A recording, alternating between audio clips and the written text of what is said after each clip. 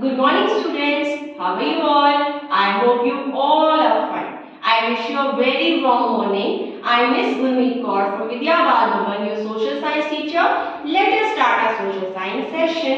We were discussing chapter 14 India after independence and today we will continue with the topic independent foreign policy.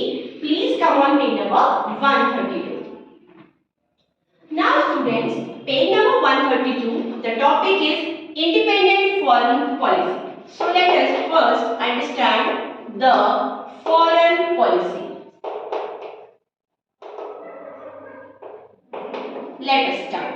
Now students, when India got freedom in 1947, it was a period of turmoil. As a result of the Second World War, there was devastation all around. Both the victors and the victims were bleeding. So students, when India got freedom in 1947, it was a period of turmoil. It was a period of lot of difficulties and a problematic situation got created. As a result of the Second World War, there was a lot of damage. There was a very big devastation. The victims were bleeding. There was a lot of bloodshed. The new international body, that is the United Nations, formed in 1945, was still in its infancy. The two great powers, the USA and USSR, because of their power rivalries and ideological differences, created a vicious circle. So students, as United Nations formed in 1945 it just started. And there were two great powers in the world at that particular point of time, students. That was a division. USA was there, USSR was there, and because of the rivalries, because of the enmity that they had, both of them, and because of the ideological differences, because of the differences in the mindset, in the thinking, in the ideology, what happened? A vicious circle got created. Vicious circle means, student, that situation, a problematic situation where no solution was available. All around negativity was there. This was also, and it was a sort of a cold war. This was also the time when the colonial powers were collapsing and many countries were attaining freedom.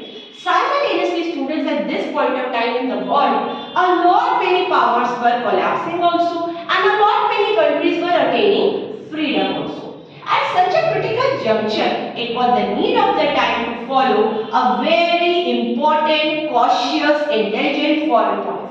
Prime Minister Pandit Jawaharlal Nehru, he was the foreign minister of the newly independent India.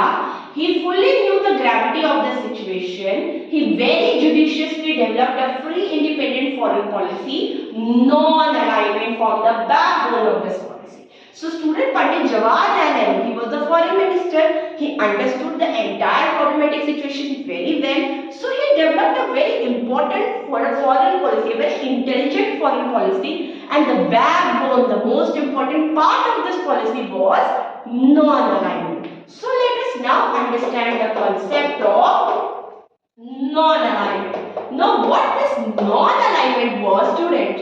Let us discuss. Non-alignment. Non-alignment is the most important element of our foreign policy.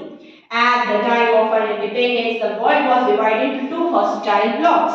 One was led by Soviet Union. It included countries like Poland, East Germany, Hungary, Albania. Then not many countries were there. So at that particular point of time, the world was divided into two blocks. The first was of Soviet Union. I told you Poland, East Germany, Hungary, Albania were the part. The second bloc was led by USA.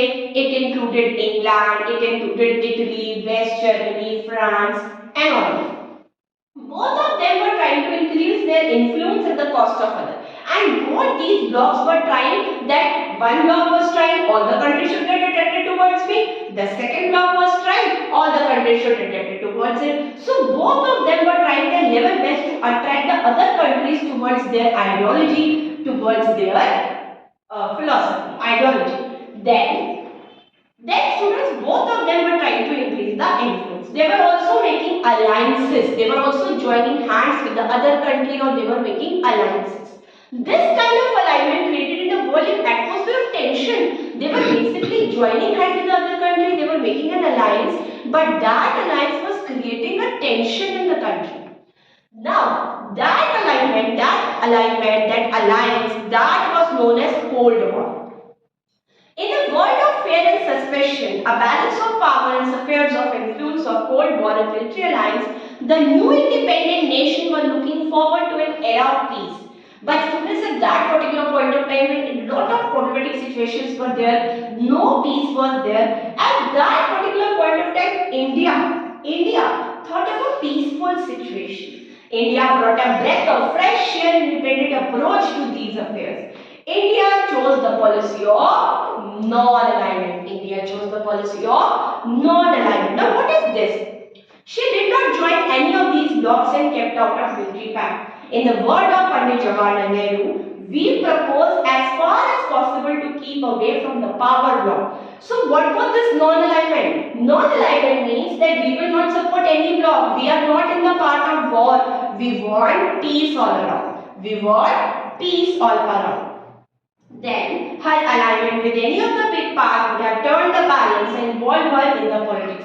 This policy meant that we will not be a part of any politics. We will not support anybody basically because of this situation, in this situation, so that the war can get created. By doing so, she would not have been able to concentrate. And if we will support any bloc, we will get into any sort of politics. What will happen, students? Our attention, our concentration towards the important work will get diverted away. The country will get distracted. So that is why they thought of not supporting any bloc and continuing with peace, so that they can do all their activities peacefully and with a lot of concentration. Some people call our foreign policy non-alignment as a policy of neutrality, but this is not true. The policy of non-alignment does not mean that I am neutral. I am supporting this party also, I am supporting that party also, I am neutral. No, it basically means that it is basically a positive, active and constructive policy, which means collective peace and collective security. Non-alignment means freedom of action, which is a part of independence. It enables us to judge each issue on its merit, not on the basis of alignment. We will judge everything on the basis of the merit. Just because bloc 1 is supporting, so I will support it. Just because bloc 2 is supporting, so I will support it. No, we will just investigate. We will see the merits. We will just not support the thing because many other powerful people are supporting or powerful countries are supporting. The next concept that we will go. Let us see the next point basically. The first summit of non-aligned nation. Now these non-aligned nations used to have their meetings, used to have their assembly. The first summit, the first assembly they had was in Belgrade in September 1961. And what was the summary? What they decided? It basically decided to make a joint appeal to go and continue with peace. Second conference was there at Cairo, and there basically again the peace policy only came out. The third conference was at Lusaka and its attention was on the economic development. Just come out of this war situation and focus on the economic development. The importance of the concept. So finally why non-alignment was important? The importance of the concept was that always our emphasis was on the independence of action of the non-aligned country. Alignment has got much relevance, non-alignment is continually useful, not only. So finally we supported it because it basically saved us from distraction. If we will support anybody, we will part of war, we will not concentrate on our work, something very obvious. So non-alignment basically focus that we should not get distracted away from our main duties. The country wanted this policy so that they should not get distracted from their duties. The last basic important concept that was about looking to the future. Now what basic policies we had or what plans we were having or what a look we had on the future. So India is a vast country inhabited by people of different language, religion, race, development and economic background. We all know in our country lot many languages are there, lot many religions are there. But with hard labor and great perseverance, we had a lot of problems also. But with patience, with intelligence, we were able to solve them. We have become self-sufficient in almost every field now. And we have made a lot of progress also. There is no doubt that a lot many problems are there in our country. related to poverty, unemployment, population growth, illiteracy, corruption, casteism. But both the people of our country and government is trying to tackle them, and we have got a lot of success in tackling them too. As a result of the foreign domination and exploitation of imperialist countries, we still are counted among the developing countries because of the exploitation done by the British on us, or because of many other problems that we face. We still are considered as a developing country. But with our hard work and by having concentration and focusing on the right task will definitely give us the categorization. Which categorization? We will become a developed country.